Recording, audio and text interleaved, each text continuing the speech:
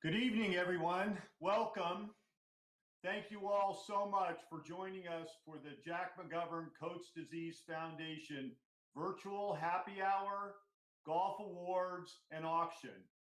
It's great to virtually see all of you.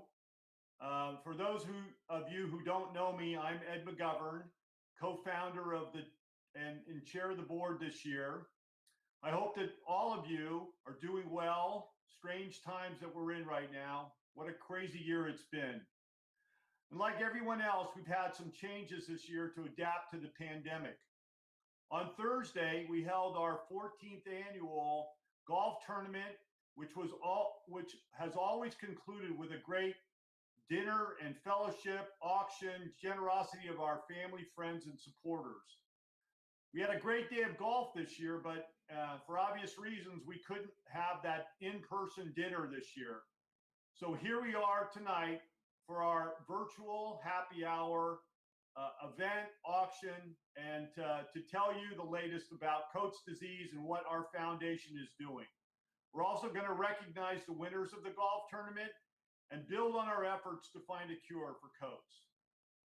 When our son Jack was first diagnosed with Coats, we quickly found that there was little in terms of information or resources for patients and their families. Tina and I decided that we'd form this foundation in 2006 because we promised Jack that we wouldn't rest until there was a cure. We wanted to save other patients and parents the difficult search for knowledge of Coats, and we hoped to create a community that would comfort each other, raise awareness, and help raise funds to find research and find a cure for Coats. Well, here we are 14 years later during a pandemic when we can't be together in person, but we can make a difference together. Many of you joining tonight have been supporting us from the beginning, and I can't thank you enough for that. Right now, I'd like to recognize our top tier sponsors for this year's event. First, our Birdie sponsor, Skyline Construction. Thank you, Skyline, for your support, generous support, and we'll be mentioning Skyline later when we give out the golf awards. Next, I'd like to recognize our PAR sponsors, Tom Isaac from Corsco, the company that runs Crystal Springs Golf Course, Tina McGovern, the Sheet Metal Workers Local 104, Mike Rice, the Plumbers and Steam Fitters Local 467, the IBWU, which is the Electricians Union, and founding board member and fellow organizer of our golf tournament, John and Mary Bruno. Thank you all for your generosity. Next, we have our chip-in sponsors, Dan and Monique Kelleher, the Souza family, especially Darius, who played golf with us on Thursday, Patty Elvey, Dave Metz, and the San Mateo Building and Construction Trades Council. Our tea sponsors, you see them listed here. Many, and I want to just thank you and acknowledge all of you for helping in your way to make our day a success. Our donors and in-kind sponsors, also too many to mention, but there they are, listed up there. Thank you for all the things you did. Our in-kind sponsors who contributed auction items and prizes, to those who donated early to the Fund the Future. I'd like to now thank our board of directors. We really have a wonderful volunteers who have dedicated their talents and resources to serve on our board, some of them since the earliest days. I would like to take a minute to recognize them and to thank them for their incredible commitment to the organization.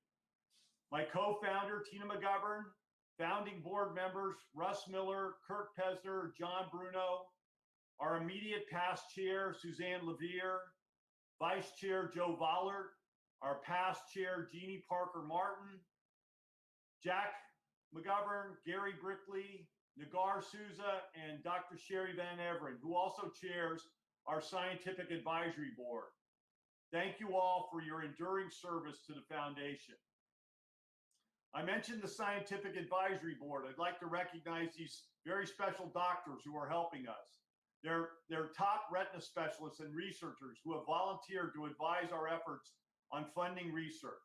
The chair, Dr. Sherry Van Everen, Dr. Michael Jumper, Dr. Thomas Lee, Dr. Franco Recchia, and Dr. Layla Vasovich, and also Dr. Mary Elizabeth Hartnett, from whom you'll be hearing shortly. And I also like to recognize our top-notch staff. Thank you to Dr. Deborah Marin, our Executive Director, and Sarah Kopak, our Community Engagement Manager, both doing an excellent job for us. Thank you very much. Now, thanks to all of you we've made great strides over the past 14 years. A lot has happened in the past just 12 months since our last gathering, and I'd like to tell you about it. First of all, our patient and parent team directory, some of the things that we're doing as a foundation. We've established a team of parents and patients across the country who are raising awareness in their own communities and funds in their own communities and supporting other newly diagnosed patients and families. Many thanks to this core team of volunteers for spreading the word, for being there to comfort other patients who call our hotlines. Our patient and parent volunteer team. As you see, some great people on this list. Thank you all for all you're doing to help the foundation reach patients and their families. At their suggestion, we now send information packets to new patients and parents, and we've created a private contact directory for parents and patients to connect with one another. Now I'd like to talk about some of our other achievements. We've increased our support of the Jack McGovern Coats Disease Foundation National Tissue Biobank with the Wilmer Eye Institute at Johns Hopkins Medicine, making tissue, Coats eye tissue, and data available to Coats disease researchers everywhere. It's really a great resource. These doctors who are doing resource use the biobank in their study of Coats. And if any of those who are watching would like to help and donate some tissue to this, please contact Deborah Marin, our Executive Director. Next, we've expanded our patient registry. We continue to support research and have expanded the patient database for researchers to access by encouraging all Coats disease patients around the world to add their data to that research resource. We now have data for patients from 30 countries in that patient registry. So again, for all of you out there who are Coats patients, if you'd be willing to add your name and information to our patient registry, we'd love it. Please contact Deborah. She can get you set up. We've also expanded our doctor directory. We're working to build patient resources such as the doctor directory, which now contains over 100 doctors from 12 countries. It's the only resource that is dedicated to helping patients and their families locate qualified retina specialists who treat Coats disease. Also, our travel grants.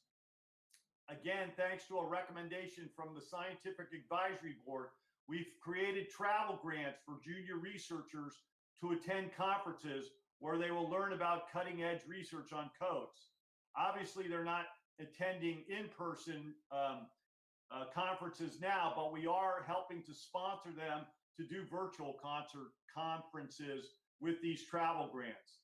The experience actually inspired one of these recipients to select Coats as a research focus, which is exactly our goal.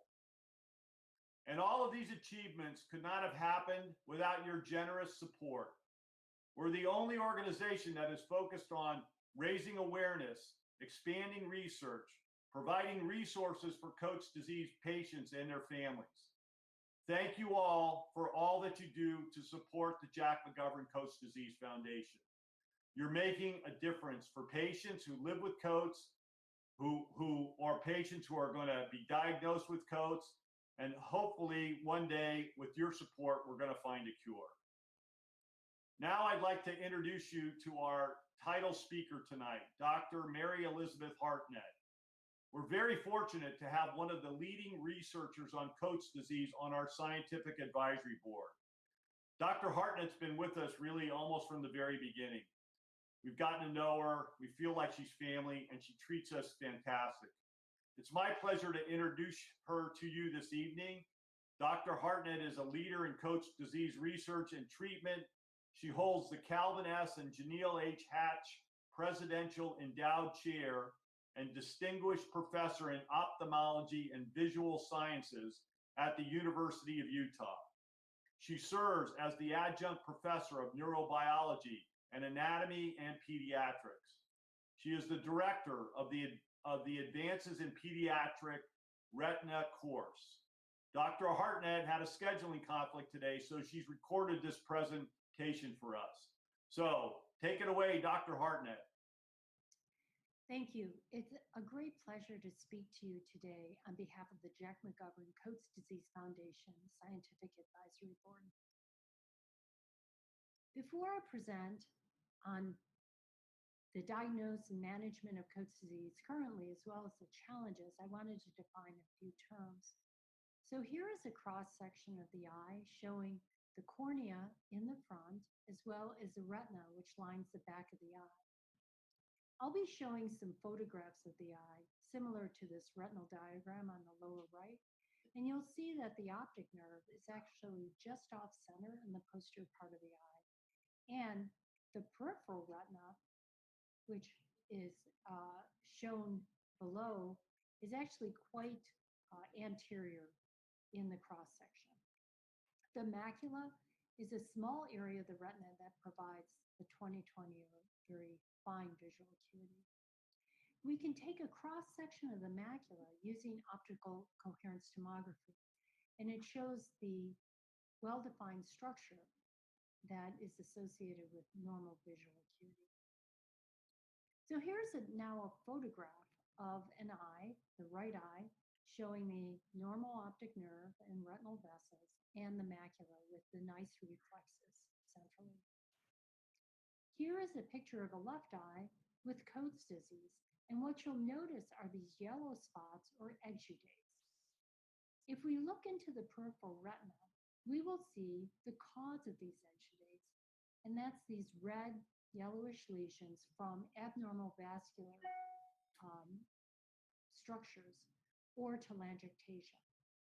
And these vascular lesions leak fluid into the retina and cause a retinal detachment, as well as these yellow exudates, which represent lipids or fats and proteins from the systemic circulation. Even when we can successfully treat Coats disease, if there are exudates in the macula, they're often left with a scar shown here and in cross-section as a disruption in the normal layers of the retina. So what about Coats disease? It's often in children, and it's 80% of the time manifests in boys. But that means it also does occur in girls. It does cause unilateral vision loss, but it often presents late, so that is not the initial symptom. Rather, children will come in with crossed eyes or strabismus from the eye being not working well, sometimes called a lazy eye, or because it's noted that there's a yellow appearance or reflex in the pupil when someone takes a photograph, for example. So it's often a misdiagnosis until late when macular exudates appear, and this can be too late for full vision recovery, even with successful treatment. Now, I'm going to show you a case of early Coats disease in which the treatment was done before the macular exudates caused a problem. And this was a 10-year-old boy who failed a school examination because of 20/70 vision in the left eye. After successful treatment of Coats disease, his vision didn't improve initially until he had glasses and correction of the poor vision loss with patching.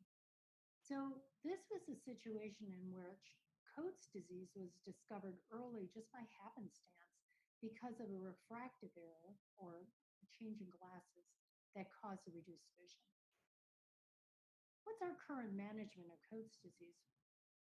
Detection and classification are critical to determine the management. We use laser treatment often to treat those abnormal vascular areas I showed earlier, and sometimes pharmacologic therapy in conjunction with a laser. And then in late stages of Coats, we may consider surgery. Vision rehabilitation is important because there can be other causes for vision loss, such as the case that I showed just previously. And then eye protection to protect both the eye with codes as well as the other eye. In advanced forms with retinal detachment, it's important to rule out a tumor, especially the malignant retinoblastoma. And this is why it's essential to have an expert examine individual patients.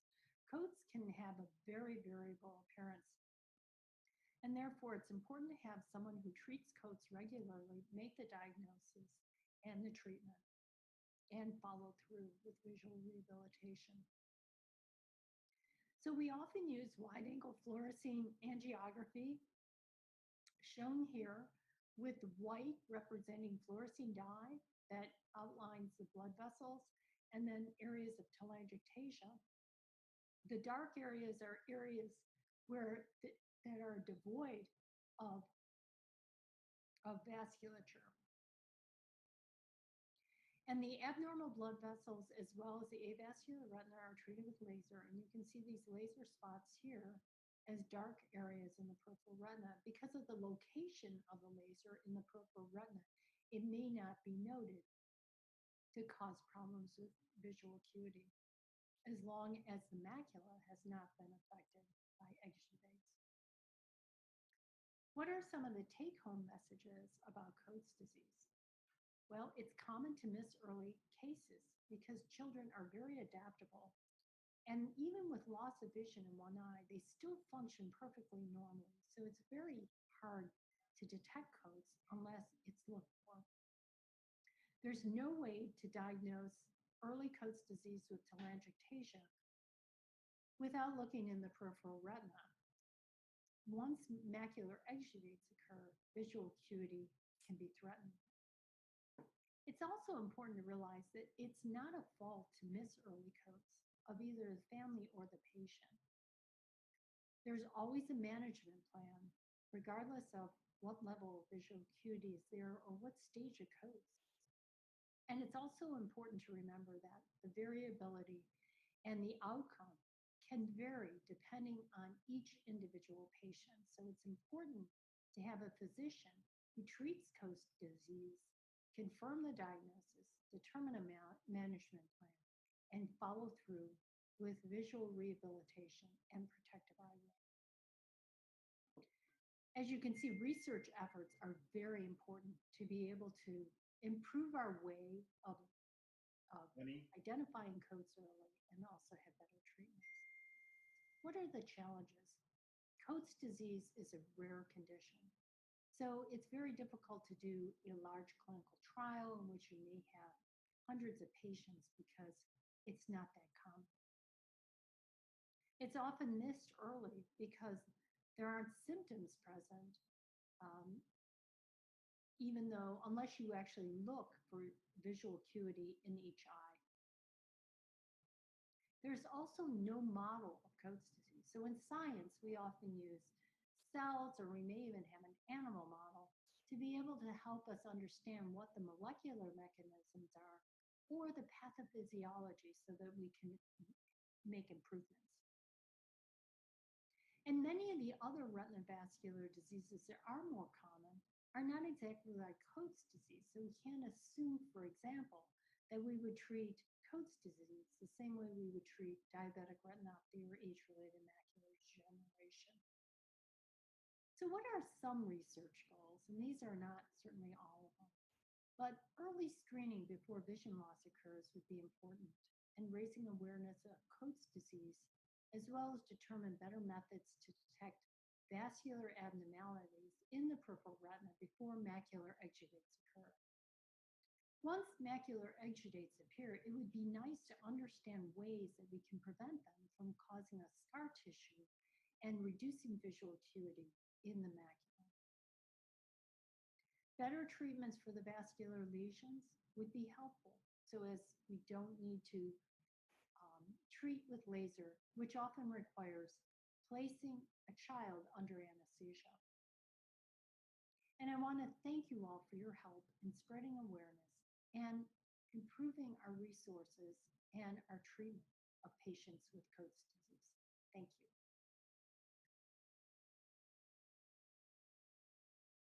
Thank you very much, Dr. Hartnett.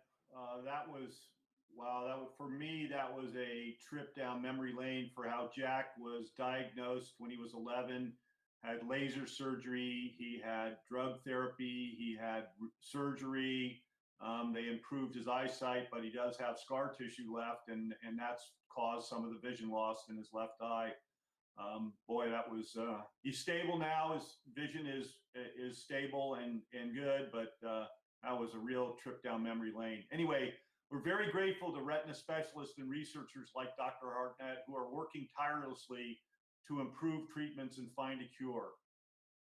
Now we'd like you to meet a Coates patient and his family and friends who support him. Nolan Fida was diagnosed just this past June. In fact, Nolan just had surgery yesterday, successful surgery for Coach yesterday, one of the surgeries he's had since June. So Nolan, we heard it went great. Assume you're watching, you and your parents, and we're glad it went well. The Fidas have shared a glimpse of Nolan's life with us. So without further ado, please take it away, Fida family.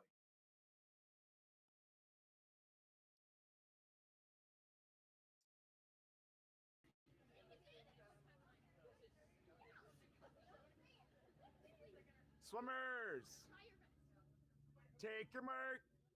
Go. Hi, we're the Fidas from Austin, Texas. I'm Kate. I'm Matt. And I'm Nolan. We have 4 boys, Blake, who is 12, Nolan, who's 10, Kaysen, who's 8, and Maddox, who's 4. On June 10th of 2020, during the COVID-19 quarantine, I took my boys for their yearly eye exam. Shortly after Nolan receiving his pictures of his eye, the doctor called me back to look at some spots she was concerned about. She then suggested that we go see a retina specialist on June 12th. We went and saw the retina specialist on Friday, June 12th, and he immediately looked at the pictures and thought it was Coates disease. But since he doesn't see a lot of pediatric patients, he wasn't 100% sure. He suggested that we see Dr. Harper at Austin Retina for a second opinion. Over the weekend, we researched Coates disease. We learned how rare it is, the different treatments, some of the options of what we may be going through if it does come back as Coates disease, and that there's no cure. Nolan had no symptoms. We started wondering why. What caused it? What would have happened if we wouldn't have gone to the eye doctor that day? On Monday, June 15th, I took Nolan to Dr. Harper at Austin Retina. They started with an angiogram in which they injected dye into him to see the leaking of the blood vessels in his eye. It was easy to see the leakage around the outside of his eye and on the macula. As we waited for Dr. Harper to come in, we discussed what the possibilities were. Dr. Harper came in and immediately said it was Coates disease, and my heart dropped. Dr. Harper quickly reassured me that he had had success with multiple Coates patients using laser and injections to slow the progression and stabilize vision. I knew then that we were in good hands to fight the disease. 5 days later, Nolan had his first surgery. Now Nolan has had 3 surgeries, and while we haven't seen any progress for the better or for the worse, we are optimistic and have hope for the future with Dr. Harper. So Nolan, what have you done over the last 5 months to help cope with being diagnosed with Coates? A few things I've done to help cope with Coates is art, swimming, and going to my therapist. We hope this video reaches a lot of people out there and helps give them hope for the future dealing with Coates in their children. Thank you. Hi, my name is Noah, and this is my coach Steve. I am 10 years old and in 5th grade, and I was diagnosed with Coates disease in June of 2020. I've been competitively swimming for 3 years now. Hello there, I'm Coach Steve, the head coach of Lost Creek Aquatics. I've been coaching competitive swimming for 31 years. Coach Steve, has Nolan let the Coates diagnosis slow him down in swimming? Haven't noticed any type of slowdown. I've actually noticed more of a determination to achieve his goals. Are there any modifications that are needed in the sport of swimming if you had Coates disease? I really don't think that there's any need for any modifications if you have this disease. Actually, I really think that it would be a sport that a lot of people should try because I think it's a safe place. It's more individual work. it's a good exercise. Nolan, why do you enjoy the sport of swimming? I enjoy the sport of swimming because it is an individual sport and you don't need and your teammates don't need to rely on you to win the game or make a play and win. And all you have to worry about is yourself to maybe get a time that you need.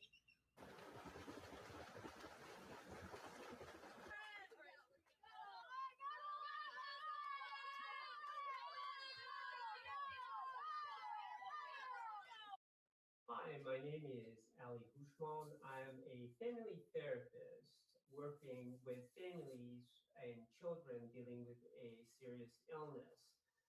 Families and children dealing with Coats disease need support, and finding a good therapist with whom you can work can relieve a lot of the stresses that you experience during these difficult times. I'm going to let Nolan tell you about his experience of therapy here with me and share his thoughts.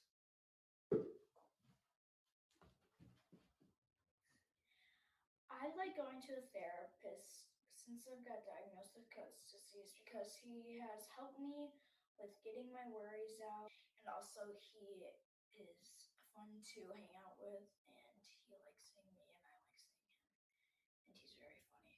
And he rides a motorcycle. That makes him cool, kind of.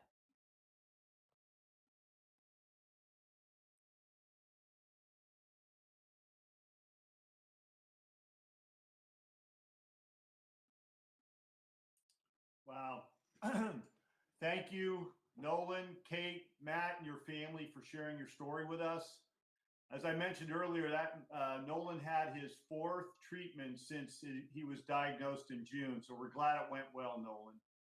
Hearing about their diagnostic journey and treatments gives us all insight into the experience of Coats patients and their families and reinforces why we're so focused on funding research and raising awareness for Coats. There's one more Coats patient that I would like to introduce. That's my son, Jack, who inspired Tina and I to create this foundation and continues to inspire us with his grace and courage as he lives with Coats disease. Jack, we're really proud of you, love you. Take it away, Jack. Thank you, Dad, for the introduction. I appreciate how hard you and my mom work for this foundation, and I love you very much. Good evening, everyone. Wow, I wish I could see you all, and I wish we were celebrating together as this fun-loving, tight-knit community we are. But I'm very grateful to be speaking to you all tonight. Thank you for joining us on our first ever virtual Jack McGovern Coats Disease Foundation happy hour.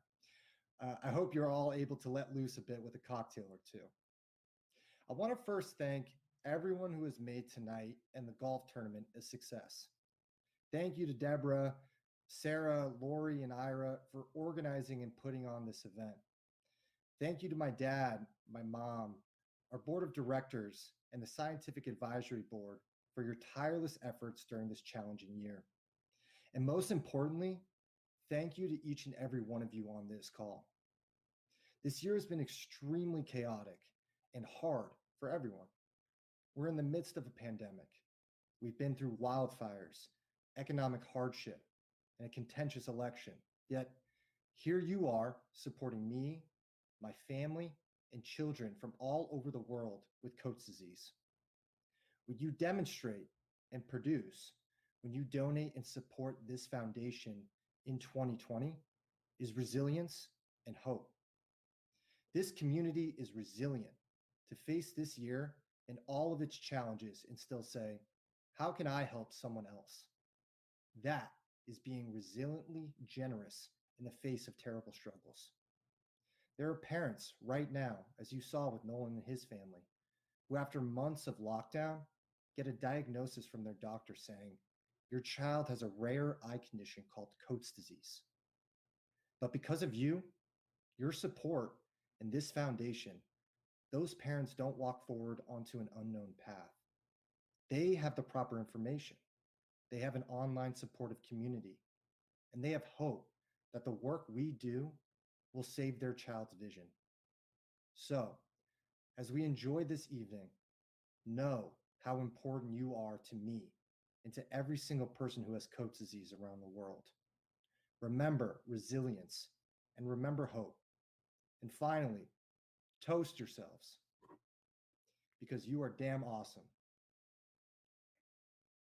Now I'll turn it back over to you, Dad. Thanks, Jack. You make me smile. Proud of you.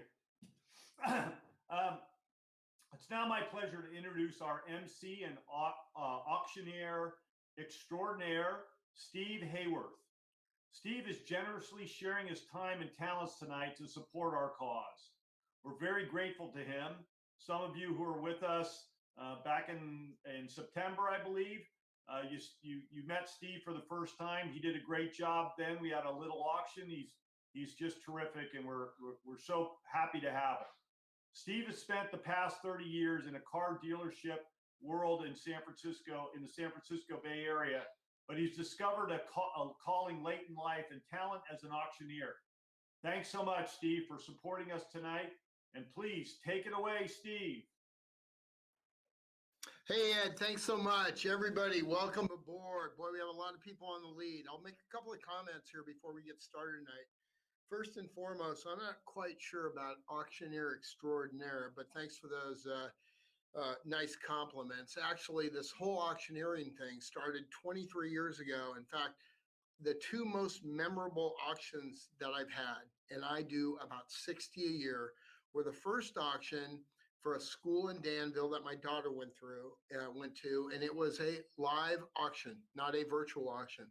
The second most memorable auction that I've done, forgetting the Grammys and everybody else that I work with, is the Coats Foundation first auction in September, where since March of this year, not only us, not only Coats, but every organization throughout the country has been unable to raise money needed badly for their causes.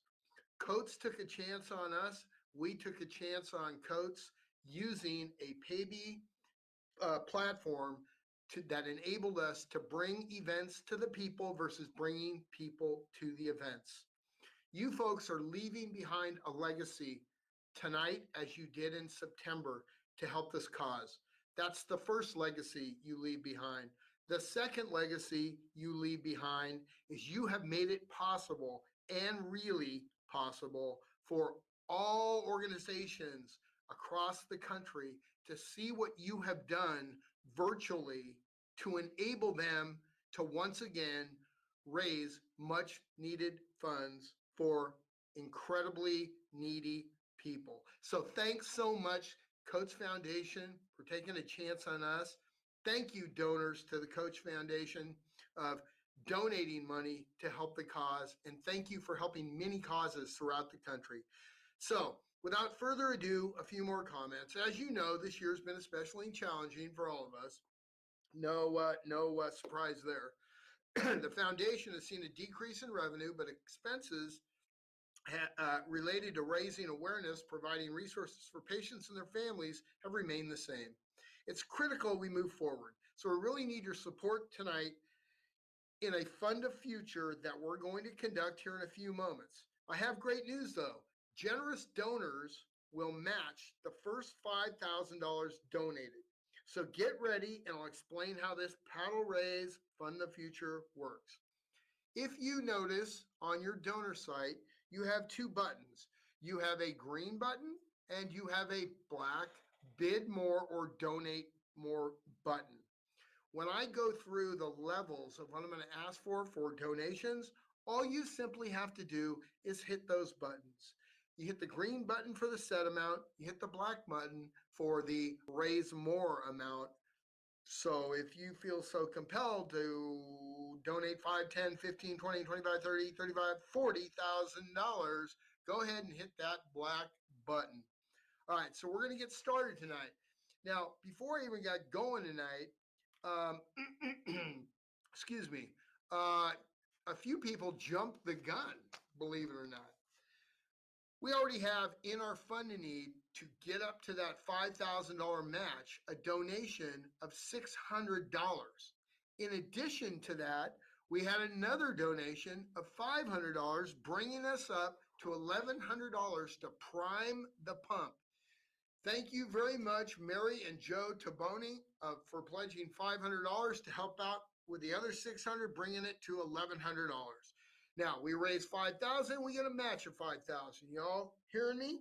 Hope you are. I can see you, by the way. And so we're going to get this started. First level tonight we're going to hit is $1,000. The $1,000 donation or pledge will support one travel grant for a retina specialist to learn about Coats, ensuring that Coats disease research becomes a priority. Who is willing to go ahead and give us $1,000? Hey, I got Smooth Eddie McGovern, that incredible golfer, for $1,000. I've got Nagar Souza for another $1,000. Thanks a lot. Thanks a lot, Nagar. Good job. Anybody else? $1,000. There you go. Joe and Helen Galligan. Love it. $1,000. Anybody else? $1,000. Give me another 1,000 and we're going to go ahead and surpass the money we need to hit the $5,000 number. Anybody? Ferris? Bueller? Yes, sir. Gary San Giacomo pledges $1,000, bringing our total to $5,100, taking the $5,000 off the table and matching it to a total of $10,100. Anybody else? $1,000. Anybody? 1,000. Great job so far, you guys. I have another exciting announcement to make.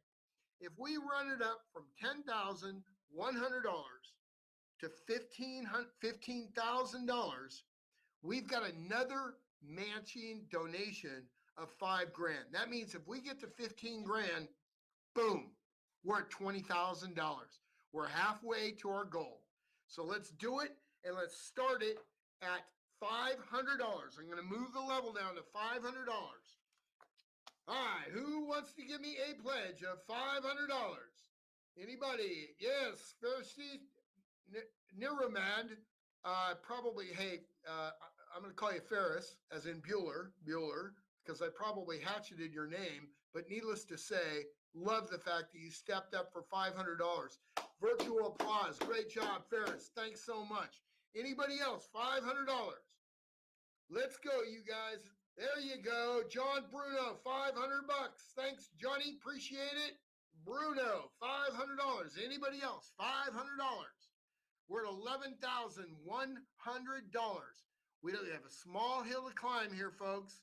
We got to get it up to 15 grand. We're $3,900 away. Anybody else? 500.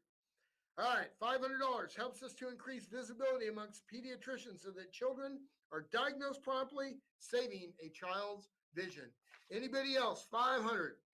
Okay, I'm going to let you off the hook, but I'm also going to let you know that all of the doors of your homes are locked from the outside. Nobody's getting out of this deal until they get dirty. Now I'm going to move it down to $250. $250. Who of you out there are willing to step up for $250? Linda Nole, $250. Anybody else? Maria Larson. Thank you, Maria, $250. Anybody else? $250. Yes. Dan and Monique Kelleher, $250. Anybody else? $250. Anybody? $250. 100% tax deductible. We're at $11,850. If we can move it up to 15 grand, we're getting an additional 5,000 for a total of $20,000. Anybody else? 250. Anybody? 250. Okay. Now we're going to climb this hill. We're going to climb it as a group. We're going to move it down to $100. Every dollar counts. We are a lean and mean virtual organization. We don't pay for office space or utilities, so all donations go to achieving our vision of finding a cure. You also have an option to donate any amount using that black button. If you have a favorite number like 888 or even Eddie's golf score of 48, go ahead and donate it. By the way, we got, all right, starting at 100, we have Teresa McGovern, $100. Craig Jones, $100. Suzanne Connolly Levere, $100. We're $12,150. Anybody else? $100. Sarah Kopak, $100. Katie Koborski, $100. Anybody else? We're $12,350. Anybody else? We don't want to leave that $5,000 on the table. Anybody want to step up? Anyone want to step up? All right. How about this? How about as your auctioneer, I step up? Celia Barbaccia, $100.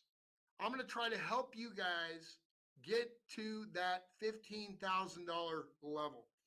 I've done an awful lot of hard work the last two events I've hosted to help you all out, but I'd hate to walk away not seeing you pick up that extra $5,000. So I'd like to donate personally $1,000 to the fund, bringing the total, and I can't bid, but my pledge is good, to $13,450. Now we're close. We're $1,550 away. Anybody else want to step up and help out? Again, I don't have a horse in the race on this deal, but I'm willing to help. Are you willing to help me? Yes, you are. Eddie McGovern just stepped up for $1,600. We're now $950 away. Oh, no, we're not. We're over the top because of my $1,000 and Eddie stepping up to the plate. We're now at $15,050, which lets us take that match off the table. That brings the total to $20,050. Give yourselves a round of applause virtually. Have a sip of your cocktail. Yes, great job. Let's go ahead and let's rock and roll into the live auction. Y'all ready for the live auction? I know I am. I've been waiting for the last 2 days to do this. We've been through multiple rehearsals. I'm coming off a huge event on Thursday night. Because we have some East Coasterners on this deal, they got me on a feed yesterday morning at 7 o'clock, and again this morning at 8 o'clock, a time when normally I would be snoozing after an event. But hey, you know what? We're in it to win it. We're in it to win it. We're in it as a team. We're in it to make a point to all those other nonprofits across the country that, you know what, despite the pandemic, despite the lockdown, despite the fact that we can't get together, that's not going to stop us from raising money for great causes to help great people. So without further ado, I'm going to rock and roll into the live auction. All right, let's go ahead and bring up the first live auction lot tonight. The Olympic Club. I assume we got a bunch of golfers out there since you just came off of a golf tournament on Thursday, which I would have played in if I didn't have an event Thursday night that I had to work hard for. And I actually would have played this morning at Diablo Country Club if I didn't have a rehearsal that was way more important than playing golf. However, when it comes to golf, no better course in Northern California than the Olympic Club over in San Francisco. This is an opportunity for 4 of you to play the lake course, the same course that is played at multiple U.S. Opens throughout the history of golf. 2 major golf courses in Northern California host the U.S. Open, the Olympic Club and Pebble Beach. It's a big boy golf course, and there's no better course to play of the 2 courses they have, the lake and the ocean, than the lake course, where no matter how bad you play, but no matter how nice the walk is and how beautiful the scenery is, rest assured when you get to the turn, you are going to have one of the most enjoyable burgers you've ever had called Bill's Burger Dogs. If you haven't had one before, you're going to dig it. I assure you of that. But the fun doesn't stop there. When you get done playing golf, you're going to roll over to Original Joe's of Westlake, a historic site, fantastic Italian restaurant that has been there for years and years and years and is always on the stop when you get done playing Olympic Club. 8 of you, 8, that's 8 of you. 4 are going to play golf, 8 of you are going to dinner with specialty wine at Original Joe's Westlake in Daly City. All right, so get back to the bidding. I'm going to start the bidding for Olympic Club for a foursome plus dinner for 8 at $1,000. You hit your green button, you're going to bid in increments of $100. But if you get tired of hearing me, you just go ahead to your black bid more button and you can bid as much as you want to run this thing up as quickly as you can. Do I have an opening bid of $1,000? I need an opening bid of $1,000 to play Olympic Club. Folks, you can't just walk on this course. You're going to have 2 carts, 4 players, unattended by a member. You're going to be off on your own. Do I have an opening bid of $1,000? I don't see an opening bid of $1,000. I mean, let's face it. I think green fees alone, if you can get on, are probably $300 a person. And dinner is got to be at least, I don't know, $500 for 8 people minimum. So I've got Greg Jones has just bid $1,000. Great job. Way to go, Craig. Appreciate it. Anybody else want to bid him up $100? I got a bid of $1,000. I need one more bid. I got a bid of $1,000 going once. I got a bid of $1,000 going twice. Sold. All right, great job. Way to go. Boy, what a steal of a deal that is. And the winner is Craig Jones, won the auction lot for $1,000. I need to reiterate, folks, if you're looking for a deal, this isn't the place to get it. Every deal here tonight is for the Coates Foundation. With that, I'm going to roll into the second auction lot. Second auction lot. A Maui vacation. A Maui vacation for 2 and 2 children. Spend 8 days, 7 nights at the beautiful Kahana Villa Resort in a 1-bedroom unit with kitchen. Does not include airfare, and it's redeemable up to 2 years from tonight. Now, on your screen, you have a blue button. If you want to know the particulars about this particular auction lot, all you got to do is tap on the blue button, and it'll give you more details. This has a value of $2,950. I'm going to start the bidding at $1,700. Do I have an opening bid of $1,700 to go to Hawaii? Hi, I got a bid of $1,700. Good job, Jackie. Way to go. $1,700. Who wants to step it up? Hi, I got a bid of $1,700. Anybody else? $1,700. Anybody? Ferris, Bueller, who wants to go to Hawaii? Anyone? Hey, I've got news for you. I know I got a bid from Jack McGovern of $1,700, but I'm willing to sell more than one package. I just got interrupted. I think somebody opened the door. I'm willing to sell more than one package. Anybody else want to step up for a package for $1,700? Anybody at all? All right. In that case, this package is going once, going twice, sold. Good job, great job. Declare a winner. And the winner is Jack McGovern, $1,700. Way to go, Jack. Thank you again for stepping up. All right, auction lot number 3. I have a 5-night, pull up auction lot number 3 for the folks out there. I've got a 5-night stay for 2 at the Hilton Waterfront Beach Resort in Huntington Beach. Stay in a Huntington King room, a 1 king or 2 queen upon request, AAA 4-diamond hotel, redeemable up to 2 years from tonight. The value of this hotel stay right across the street from the beach is $4,550. I'm looking for an opening bid on this package of $1,900.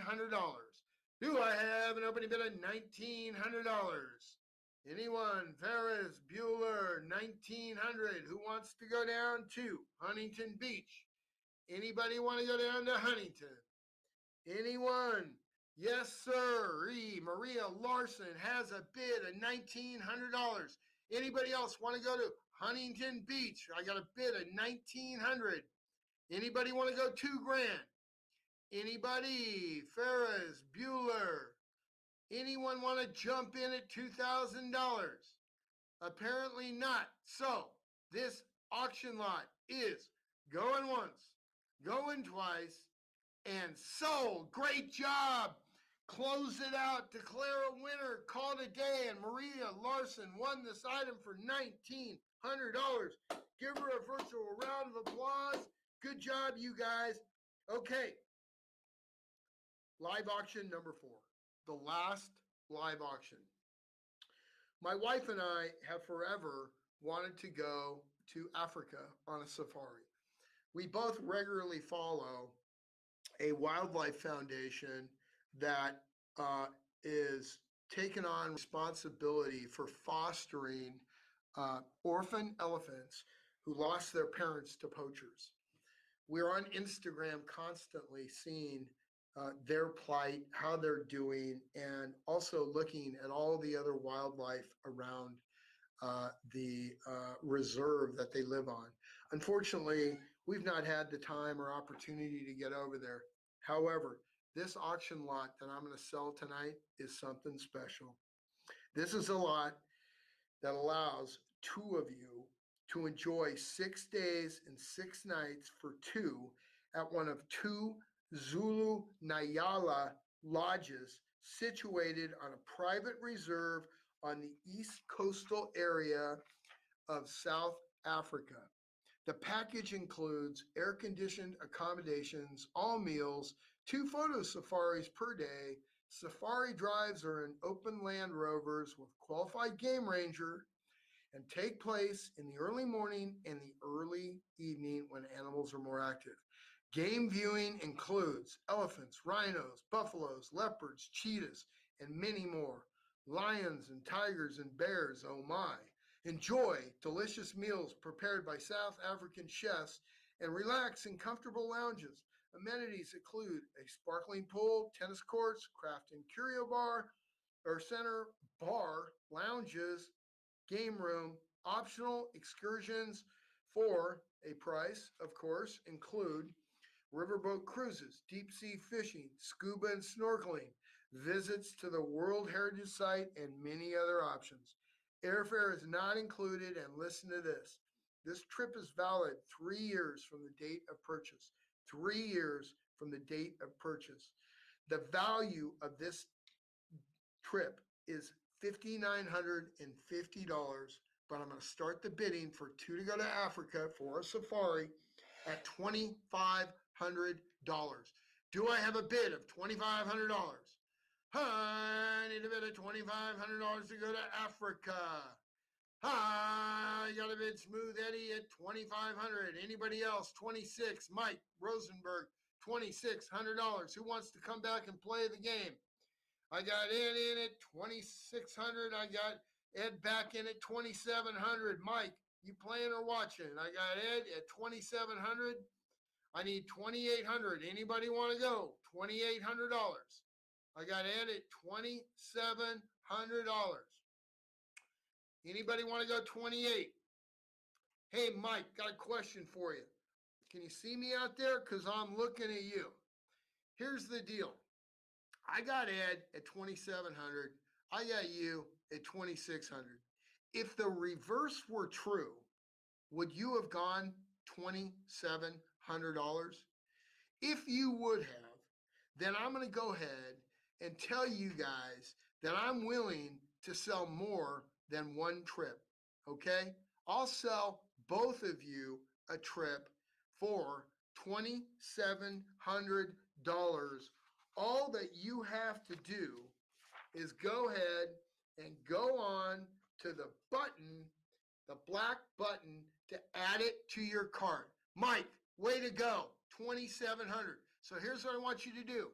Eddie, I need you to go to the black button, the black add to cart button, and hit the button for $2,700. Mike, I need you to go to the same button and add the 27 for yourself. the two of you and whoever you choose are going to be going to Africa. Great job, you guys. Together, cumulatively, you just raised $5,400 for Coates Foundation. Give yourselves an awesome, awesome round of applause. And now, I'm going to turn it back to Eddie, who's going to announce the awards. Thanks so much, you guys. Great job, and we'll see you here in a bit. Wow, Steve, thank you. Cheers to everybody, all you bidders, all you buyers. I hope you enjoy everything you got. Cheers. So as we've done in the past, now it's my pleasure to announce the winners of the awards for the 14th annual golf tournament. We had a beautiful day of golf on Thursday at Crystal Springs Golf Club. The weather was perfect. I want to first thank a couple of people who really helped us with their time, their talent, and their products. First, let me thank John Bruno and Brian McGovern for helping bring people to the event and for your help in soliciting donations. I couldn't do it without you guys. There they are, the two on the right, John and Brian. Thank you, bros. Love you guys. Next, thank you to our event coordinator extraordinaire, Celia Barbacci, on the left, and to our volunteer extraordinaire, Carol Rossi, on the right. We had an Italian volunteer section. Seamless event. Thank you both very, very, very much. We had great cocktails to start off the day, donut holes, little bags of gifts. It was terrific. Next, I want to thank Chef Jimmy Potts, who cooked some fabulous lamb chops and shrimp and greeted us all at the 18th hole after we were done for the day. Jimmy, thanks very much. And I also want to thank Sal Savetti and the folks at Frankly Organic Vodka. Great cocktails at the end. Great product. Anybody that's looking for an organic vodka, flavored vodka, I would highly recommend Frankly. It's terrific. Perfect way to end our day. I also want to thank the folks at Dixon Golf. This year, Dixon Golf supported our tournament and held several contests during the day, including a raffle for a driver, a new driver. Thank you, Dixon Golf, because the winner of that Dixon Golf driver is my buddy Dan Kelleher, and he needs a freaking new driver this year. So, Dan, congratulations, and thank you, Dixon Golf. This year, we had 4 women's groups competing at the tournament. It was super exciting. So we've added and decided to include a women's flight and announce the winners for both tonight for the men's and the women's divisions. First, I'm going to start second place with the women, with the women's lowest score. The award for second lowest team scores was for the group that had a net score of 79, and that was won by Stacy Fleming, Valerie O'Reilly, Karen Powell, and Esther Arnold. There they are, ladies. Congratulations. I'll be delivering you your prizes probably tomorrow. So congratulations. We've got a bottle of wine and a sleeve of balls for each of you. Now for the men's second place, low score. We've got 2 teams that won. First, there was a net score of 53 for both second place teams. And so we're awarding prizes to both. The team from Skyline Construction, Craig Jones, David Hayes, Robin Wexler, and Tyler. I think there were 3, but I'm not sure who didn't show. But anyway, you guys finished second. Thank you, Skyline. You're a big supporter. Really appreciate all you've done. And I'll be making sure you're going to get your second place prize. The other team that came in second place was the team of Dan Kelleher, John Burke, James Gomez, and Bob Motto. So there they are. Stylish James Gomez in his Giants outfit. Dan Kelleher getting a new driver. That team's going to compete next year for the championship. Thanks, guys, very much. I'll be getting your prizes to you. Now, I'm going to announce the winning teams. First, We have each team member will be winning a box of Shrixon golf balls, a bottle of Orsiana red wine, and of course our signature gift, a full-length salami from Molinari and Sons. The women's team champions this year, first ever women's team champions with a net score of 75, goes to the team of Karen Cerati, Nancy Murphy, Lee Gregory, and Rona Stone. Ladies, congratulations. There they are. We gave them their boxes of balls and their bottles of wine, and I'll have their salamis delivered to them tomorrow. So congratulations, ladies. Great, great job. I hope you enjoy. And now for the men's winners. So this is a little personal commentary I'm just going to give to everybody. I know we have trying times now. Lots of allegations, baseless from my point of view, of fraud and Rudy Giuliani press conferences. And there's a lot of grumbling about the winning team and the winning score. Well, I'm just here to say that the Supreme Court and the Electoral College will not be intervening here. So don't grumble about tonight's results. All I can say is every legal putt was counted and no illegal putts were counted. There will be no recount. The men's winner and the champions this year are the team of Joe Vollert, Dave Fleming, John Bell, and yours truly with a net score of 48. Yes, that's right, folks. 48. There we are. I just want everybody to know, if anyone next year wants to hire me as a consultant on the best use of our Mulligan packages, I am available, but it's got to be with a generous donation to the foundation. Anyway, I just want to say thank you, everybody who came and golfed. Thank you, everybody who supported it. Congratulations to all the winners. We had a great day and a great event. And now I'd like to turn it back to Steve for our final game of the evening. So Steve, take it away. Hey, all right, Jack, thanks a lot. Hey, I was thinking next year you ought to probably move the tournament up from Scandia Family Fun Center to a regular golf tournament at a regulation course. I mean, because I can't imagine that you could actually shoot 48 on a regular course. Scandia Family Fun Center? Yeah, perhaps. At any rate, congratulations to the winning team. All right, folks, listen, there might have been a little confusion on the live auction lots. Should any of you want to go ahead and purchase Africa, for example, Huntington Beach, or the other one, go ahead and just shoot your name in there on chat, and we'll go ahead and reach out to you and get you handled. Sorry about whatever confusion might have taken place. At any rate, we have one last opportunity to raise a little bit of money. And right now, by the way, we are doing very well towards our goal, which Ed is going to share with you in a few moments here. But now we're going to try to play a little game called Last Virtual Hero Standing, the last virtual hero game. All of you tonight and everybody that's a part of this organization are heroes. But I'm going to go ahead and ask for basically some pledges of $100. The last person that pledges $100 is going to win. What are they going to win? They're going to win a driver and a set of 5 clubs with a stand bag for budding golfers 8 to 10 at the beginner to intermediate level. In addition to that, they're going to win 3 bottles of wine and 3 of them that are golf themed, a special wine and golf themed gift with 3 bottles of wine.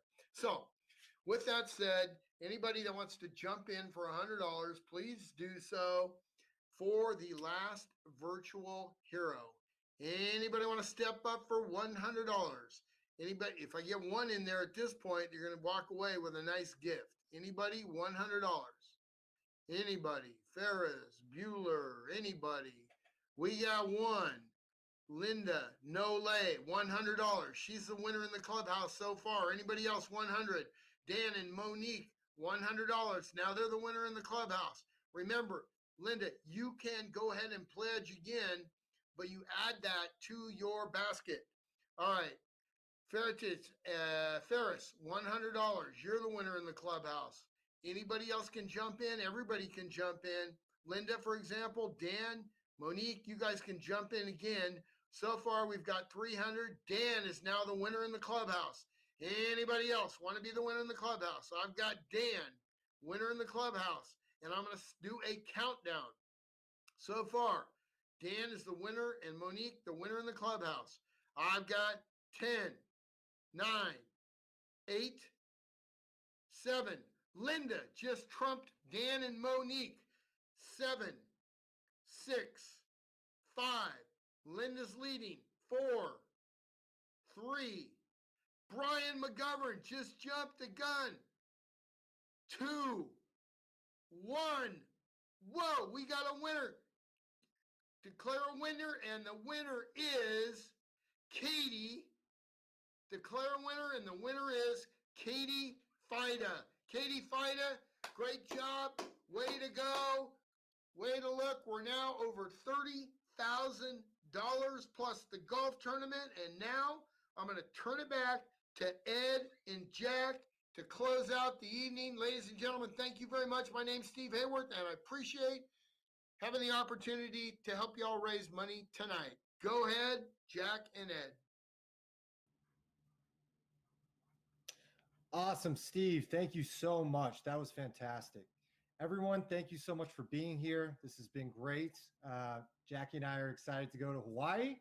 I really appreciate your support, and thank you so much for being here. This is, we find a way to make this work during COVID and being far apart, but it really shows how much you all love and support this community, and I really, really appreciate it.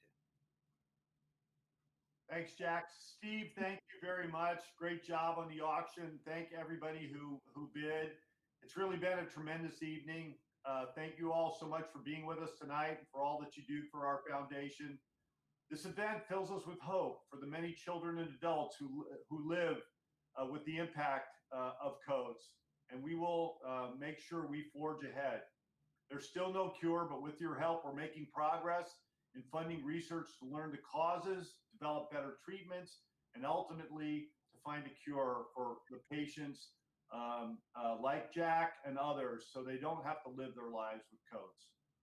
Thanks to the generosity tonight between the golf tournament and tonight's festivities, here we go, drum roll.